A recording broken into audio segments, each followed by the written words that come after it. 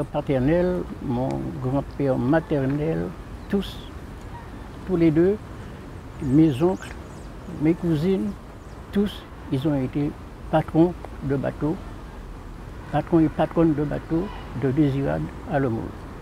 À mon arrivée sur la plage des Alizés, j'ai commencé par le nettoyage. Ensuite, j'ai été formé par des moniteurs qui étaient là. Ces moniteurs-là même sont partis. Et donc, étant donné que j'ai été formé, j'ai pu passer mes examens ailleurs et revenir et prendre leur place, quoi. J'ai fait beaucoup de sauvetages. Je ne peux même pas les compter, je ne peux même pas citer de nom. J'ai fait ces sauvetages-là à l'hôtel des Alizés, de 70 à même 80, 85, etc., ainsi de suite. Et j'ai également fait beaucoup de sauvetages à l'extérieur même, dans d'autres coins, comme en Salot, en la cuve, où j'allais récupérer des corps qui sont déjà morts, pour les ramener à terre. Et cela plusieurs fois. Être sauveteur, j'ai fait la formation, mais j'ai surtout été intéressé par la mer depuis mon plus jeune âge. Donc moi, ça ne me dérangeait pas.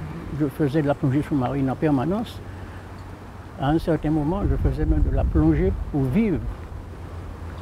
Alors donc, vous voyez, j'étais quand même super entraîné. Je faisais mon entraînement surtout à l'hôtel des Alizés, entre la plage et la barrière de Kouaï. Il y avait au moins 400 mètres que je faisais 3-4 fois tous les matins quand je venais pour que je sois en forme et pouvoir aller sauver quelqu'un qui est en danger ou sauver les touristes américains et canadiens qui venaient là. Un sauvetage qui m'a marqué, c'est une récupération. C'est une récupération de corps à la cuve Saint-François. Et dans ce petit coin-là, c'est là où tous les plongeurs et les pêcheurs vont pêcher au pied de la falaise ou même en hauteur. Et souvent, quand la mer est démontée, la mer les attrape en hauteur et les balance à l'eau.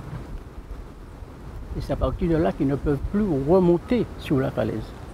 Donc, une fois qu'il y a ce genre de décès, dans ce coin-là, vu que moi, c'est un coin que je connais par cœur, puisque j'ai toujours fait de la plongée dans ce coin-là, donc c'est souvent moi qu'on venait chercher pour aller récupérer pratiquement tous ces corps-là.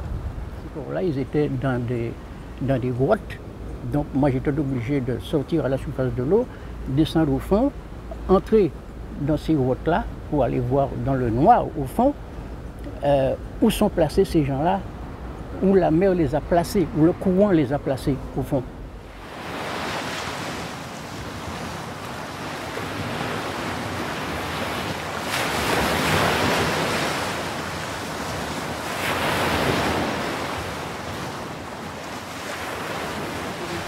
Je suis le président de l'association des marins pêcheurs du Moule. Je suis en train d'œuvrer pour la pêche à moule. Les marins du Moule ne croient pas trop dans l'association, dans les associations. Et je dirais qu'il y a beaucoup de marins qui travaillent mais sans prêter attention pour demain. Puisque quand ils se posent, je prends le cas des filets, quand ils posent le filet, ils posent ça trop tôt le matin, ils vont récupérer ça trop tard le soir. L'avenir de la pêche n'est pas mort. Mais attention, il n'est pas loin non plus. Il n'est pas loin non plus.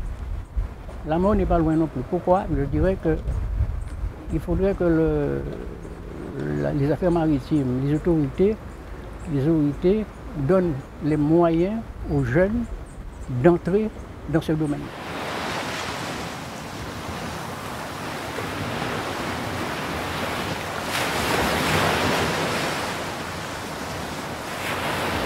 Vous pensez que dans 10 ans, on va pouvoir continuer à vendre du poisson de façon folklorique au bord de la route? Folklorique, je dirais non. D'ailleurs, je dis tout le temps, quand je parle aux pêcheurs dans les réunions, je leur dis, messieurs, préparez votre matériel, mettez quelque chose devant, faites attention, puisqu'il y a des voitures qui traversent, il y a la poussière qui monte, il n'y a pas d'hygiène. Donc, les gens le disent, il y a des gens qui se pincent le nez quand ils traversent, et puis c'est pas beau pour la sortie ou l'entrée d'une ville. Mais à travers tout ce que j'ai fait, je crois que j'ai très bien travaillé.